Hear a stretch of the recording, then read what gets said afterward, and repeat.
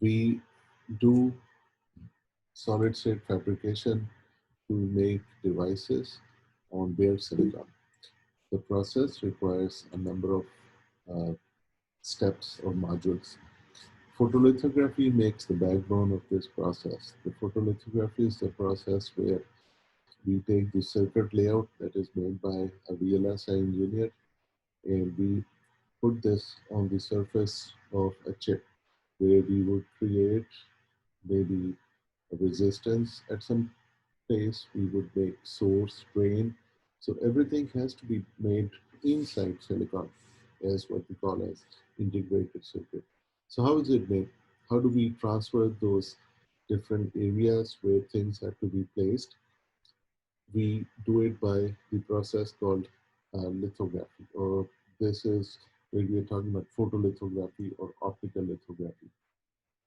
The idea is that we make a mask, which is a glass kind of a disc. It's a plate, it's a square plate. It has some parts which are opaque and some parts which are transparent. The opaque parts would not let UV light go through, and we use that to uh, put on top of a silicon wafer. The silicon wafer has coating of material called photoresist. So that's a material that is reactive to UV light. Now, when you put the mask and then you put the photoresist coated wafer and you shine UV light, the light will pass through some places and it will be stopped at some places, which will result into the shadow that circuit layout that we have made on the mask. The shadow will be transferred into the photoresist, which when we take the wafer and then we put in chemical, we call it developer, it gets washed away from the places that were exposed or not exposed. So depending on what kind of photoresist we are using, if it's positive photoresist, the places which got exposed, they get washed away and we are left with the design in the photoresist, which we can use to then maybe diffuse uh, uh, N-type or P-type carriers in there to make it N-type or P-type. You know, diode is P and N-type material, which is together next to each other. So that's the way we can create maybe N-type next to P-type. So this material on the mask is UV absorbing material, which will result into a shadow form. So UV will not be able to go through. On the surface of uh, photoresist, the exposure results into change in the properties. There is a very small cartoon showing that if we have silicon wafer, we have silicon dioxide on both sides. We will see today how we do that, how we grow silicon dioxide. And then we coat it with photoresist. For example, here we are coating it from one side, and then we put the mask. The mask again is a thing which has some parts which are opaque, some parts which are transparent. So here we am depicting the golden part, which is UV absorbing, so it's opaque. The light cannot go through. UV light cannot go through. And the transparent is depicting the area where it's just glass. So when you now shine UV light, the light will go through at some places, it will not be able to go to other places. So where it goes through, the positive resist will undergo chemical changes. So when you will put it in chemical, that part will get washed away.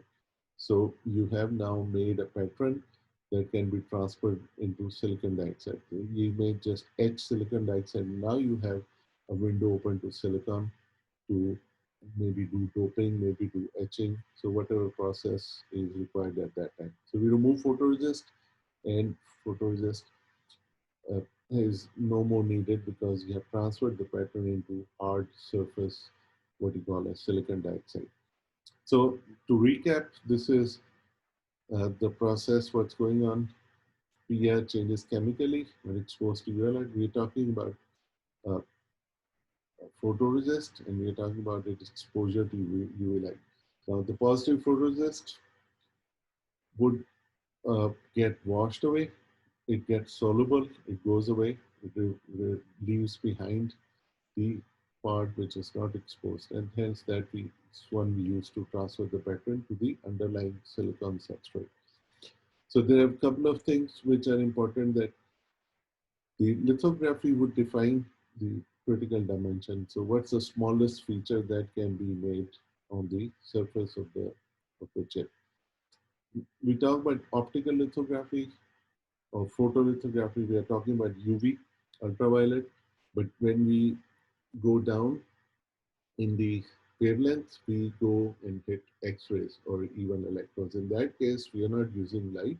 We are using rays, X-rays, and or maybe we are using electrons themselves. So hence we can make things much, much smaller.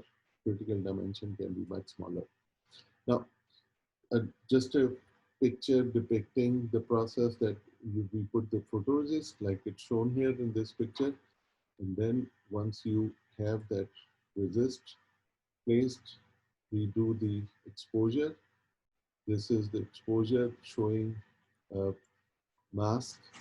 Some parts are in positive case, only this part is opaque, so this part remains and everything else gets washed away.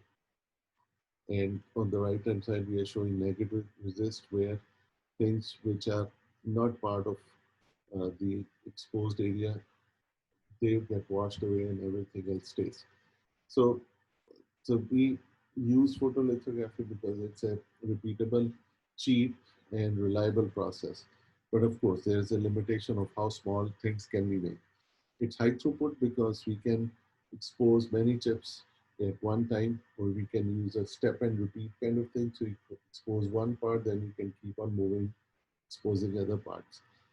So it's high volume manufacturing because of high throughput. Light sources are cheap, but we have resolution limit of how small can we make because of the limitation of the wavelength of the optical source, the, the lenses that go into that, and we hit the minimum feature size that can be made.